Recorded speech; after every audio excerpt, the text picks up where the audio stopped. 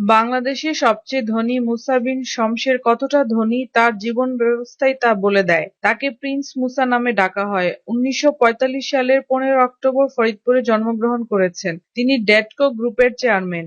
তার বাসার স্টাইল, আয়োজন, কর্মকাণ্ড সবকিছুই 5 স্টার মানের। গুলশানে অবস্থিত তার প্রাসাদের সাজসজ্জার চোখ ধাঁধানো। ৪ জন নারী দেহরক্ষী সহ মোট ৪০ জন দেহরক্ষী নিয়ে মুসা চলাফেরা করেন। তিনি যে কলম দিয়ে স্বাক্ষর করেন সেটি ৭৮ কোটি টাকা দামের মন্ট-বাস কলম। ফ্রান্সে তৈরি এই কলম মাত্র একটিই তৈরি করেছে নির্মাতা কোম্পানি। ২৪ ক্যারেট সোনা দিয়ে তৈরি এই কলমটিতে রয়েছে ৭,৫০০টি হীরকখণ্ড।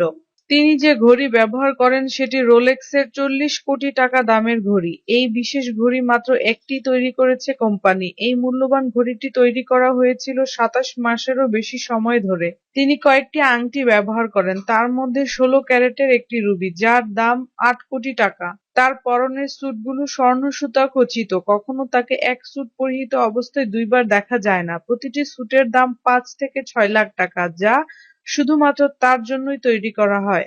তিনি হীরক খচিত যে জুতা পরেন তার প্রতি জোড়া জুতার মূল্য ৮০ লাখ টাকা। তার সংগ্রহে এমনই রত্নখচিত হাজারো জুতো রয়েছে। তার মোট সম্পদের পরিমাণ ৯৩,৯১৪ কোটি টাকা।